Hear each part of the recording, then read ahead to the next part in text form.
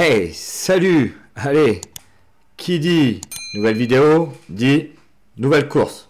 Donc on se retrouve aujourd'hui sur la course de Fena qui a eu lieu donc le dimanche 26 mars, si mes souvenirs sont bons. C'était bien ça, dimanche 26 mars. Et bah comme tu peux le voir, cette course elle s'est déroulée sous la flotte. Et oui, un temps bien merdique, un temps du Nord.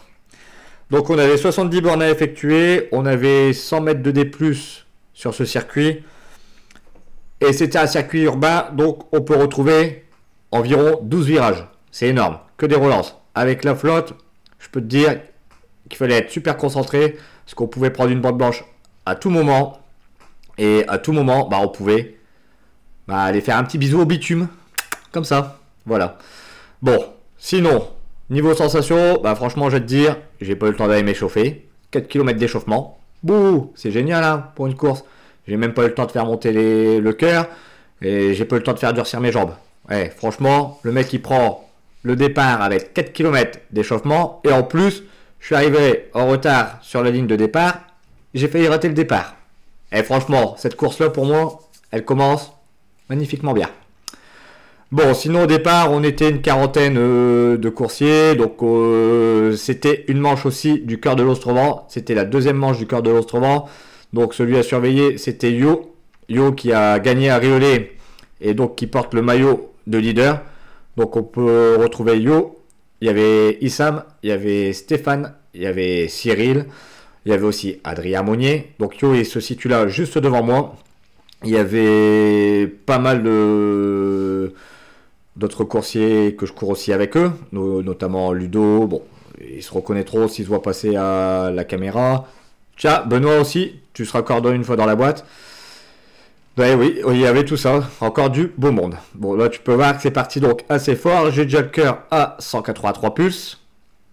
Je suis plutôt bien positionné en début de peloton, et tu vas voir qu'à chaque relance sur ce virage, bah, en fait si tu traînais trop derrière au peloton, bah, tu pouvais prendre une cassure.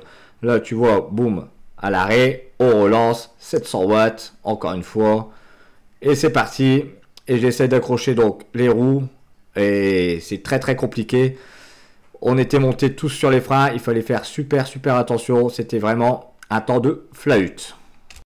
Donc pour ceux qui ne le savent pas non plus, quand il pleut, il faut faire très attention, c'est à sa pression des pneumatiques.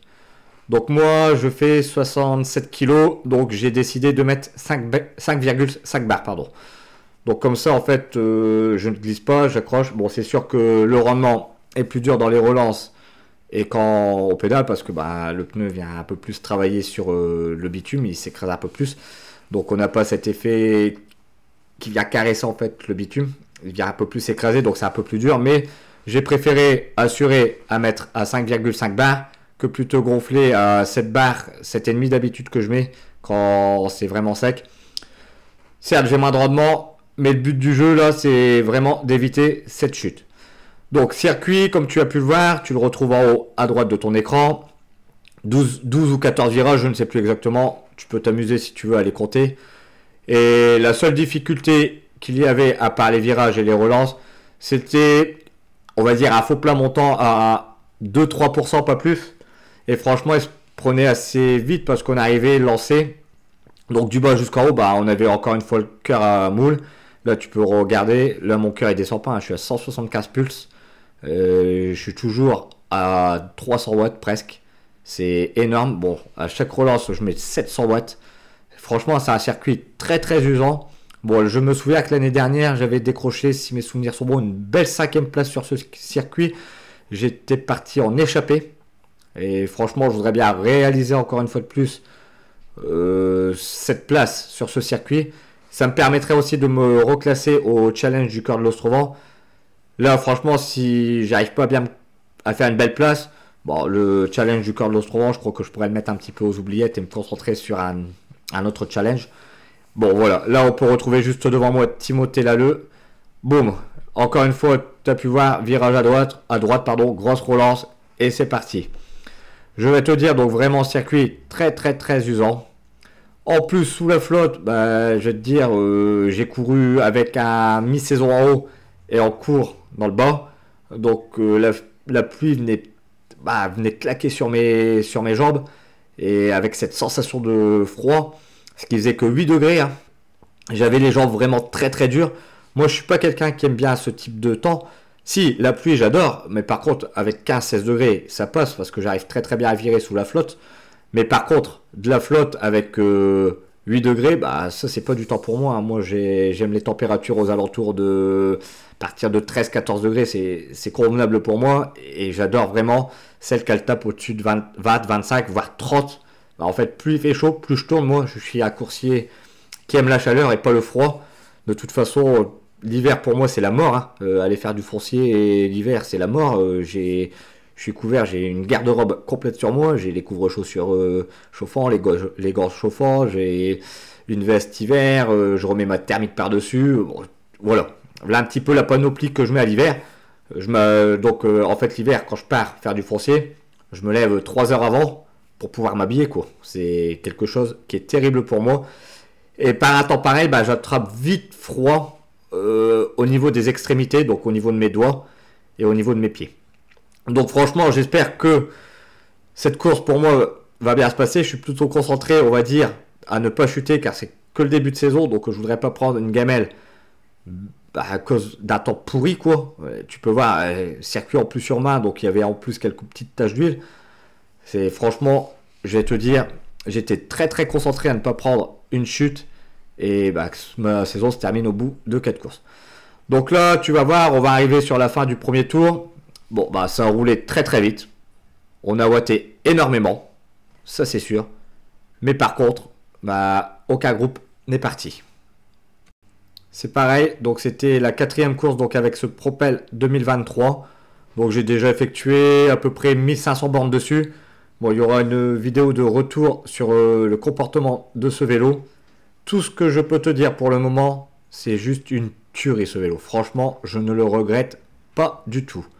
Donc reste bien connecté à la chaîne. La vidéo arrivera donc très prochainement sur le retour du Propel 2023.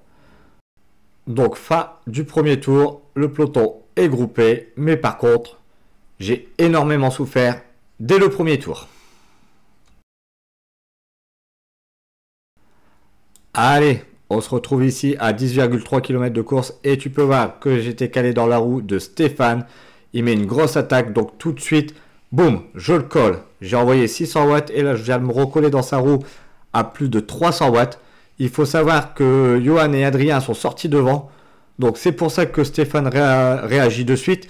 Donc moi là, tu peux voir, je suis calé dans sa roue. Je suis encore à 300 watts. Par contre, je suis incapable de lui passer un relais. J'ai mon cœur à 187 pulses, 186, 187.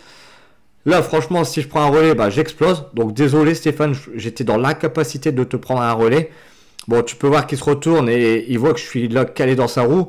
Et là, je suis encore à 300 watts. Donc, lui, ça veut dire que devant, il est bien à 350, voire 400 watts. Là, tu peux voir, là, c'est le gros... Un petit coup de frein. Le gros important, c'est... Les freins à disque répondent bien sous la pluie, c'est pas comme du patin, on peut s'y prendre plus tardivement. Donc j'ai donné un petit coup de frein, tout de suite je renvoie 500 watts. Donc là tu peux voir qu'on a rattrapé Yo et Adrien.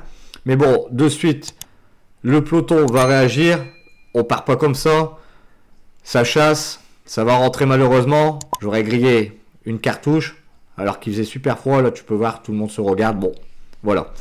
Fin de cette aventure qui a duré quoi, un petit kilomètre même pas. Là, pourtant tu peux voir Stéphane va essayer de relancer.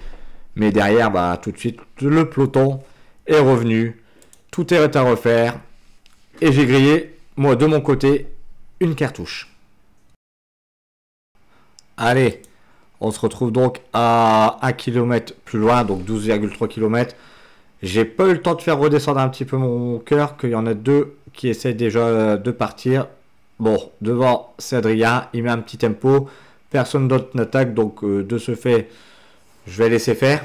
Et là, tu vas pouvoir voir à gauche, il y a Stéphane, donc qui met une putain de grosse attaque. Là, je suis incapable de répondre. Je laisse faire un petit peu, voir s'il y en a qui vont répondre. De suite, à droite, Issam repart. Et là, je me retrouve devant à 500 watts parce qu'il faut que je réagisse là de suite. Là, tu vas voir, je vais envoyer du 500 watts. Je vais redonner un petit coup de frein. Je vais virer assez vite parce que tu peux regarder la vitesse descend de 42 à 40 km/h. Je revire, boum, Bon là j'ai perdu, hop, je revire, je renvoie 700 watts et je vais essayer d'aller le rechercher, mais je suis incapable. J'ai mes jambes, elles répondent plus avec ce froid qu'il fait. Donc là je me mets un petit peu à 200 watts et là bah, j'ai Timothée qui m'attaque. Et là je me suis dit bah c'est bon, la bonne échappée est partie. J'ai raté le coup, pourtant je me remets derrière à 500 watts. Je me suis dit c'est mort, terminé. L'échappée devant avec Issam, Timothée, Stéphane. Ah c'est bon quoi, c'est des sacrés rouleurs. Je me suis dit c'est clair et net là dans ma tête, c'était parti. J'ai raté l'échappée et qu'est-ce que je vais faire quoi? Je me mets à chasser, je me mets pas à chasser. Je commence à laisser énormément d'énergie, surtout en plus avec le temps. Il faut savoir que quand tu as un temps pareil, bah, tu consommes 2 fois plus d'énergie. Là, tu peux voir qu'il y en a qui commencent à réagir. Donc, de ce fait, tout va rentrer dans l'ordre en haut de la bosse. J'ai vraiment eu chaud, mais je me suis dit, franchement, c'est pas cool de démarrer la course comme ça après 15 bandes, quoi. Après 15 bandes, tu te prends une claque comme ça, t'as pas le temps de t'échauffer, t'arrives en retard au départ. Je crois que là, dans ma tête, je suis parti que ça allait être une course vraiment merdique. Et vous allez voir que je vais pas me tromper. Allez, on se retrouve ici à 25 bornes de course et tu peux voir une grosse accélération donc d'Argat Dorchi, du Gazélec et de Marquois si mes souvenirs sont bons. De suite, Stéphane a réagi, Thomas, pareil, réagit. Et moi, bah, pour le moment, je reste calé dans la roue du gars de Marquois. Derrière, ça va continuer à sortir. Et moi, ben, je réagis toujours pas. En même temps, j'ai les muscles qui sont tétanisés. En fait, je suis incapable à ce moment-là de la course de réagir. J'essaie de renvoyer un petit peu les watts pour essayer de combler cet écart, mais impossible. Donc, l'échappée, elle va se faire. Au fur et à mesure, ça va continuer à sortir. Et devant, ils vont se retrouver donc avec Issam, Stéphane, Timothée, Adrien qui va faire le bon, Johan et Thomas. Vous imaginez quand même que j'ai laissé partir le leader du challenge de l'Ostrovent parce que j'étais dans l'incapacité de réagir. J'avais les muscles tétanisés par rapport au froid. Donc voilà, cette échappée, elle ira au bout. Déjà en un tour, elle nous a pris 25 secondes. Derrière, ça roulait plus trop. Bon, ce sont des choses qui arrivent. Pour moi, ce début de saison, c'est un peu comme les autres saisons. Je vais seulement monter en puissance comme je vous l'ai dit sur les autres vidéos. Ne t'inquiète pas pour ça. La forme arrive. Donc ici, 10e tour. Et qui dit 10e tour? Bah non, dit pas le dernier. Et ouais, tu peux voir quand même c'est marqué 10 sur 10, mais c'est pas le dernier. Il y avait 15 tours. Alors pourquoi tu vas me dire que c'est marqué 10 sur 10? Ben, parce que figure-toi que j'ai eu tellement les muscles tétanisés. Les gants, ils étaient trempés. J'avais même plus les sensations de freiner ou quoi que ce soit. Franchement, ça devenait très dangereux pour moi. Je mettais peut-être même le peloton en danger. Parce que comme j'avais plus de sensations, je ne savais pas si je freinais ou si je freinais pas. Franchement, c'est rare que ça m'arrive sur une course. Mais là, tu peux voir que je me laisse complètement décrocher du peloton.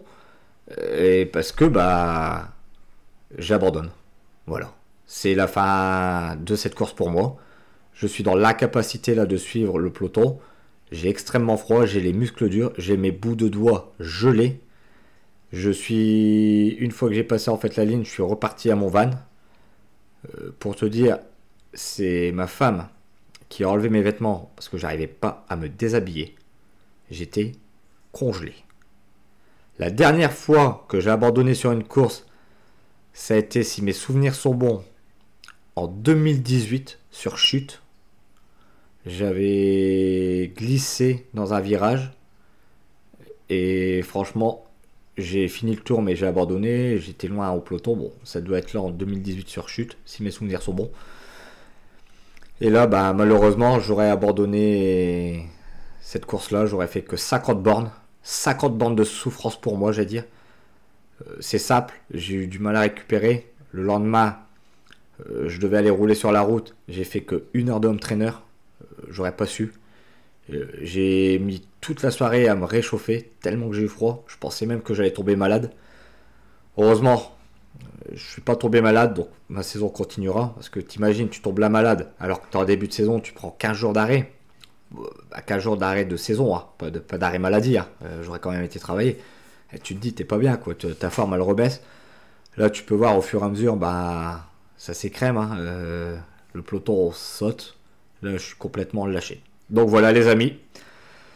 Je vais te laisser quand même découvrir ce dernier tour si tu as envie. Sinon, bah, on se dit à une prochaine pour une nouvelle vidéo de course. En attendant, moi, j'espère que cette vidéo t'aura plu.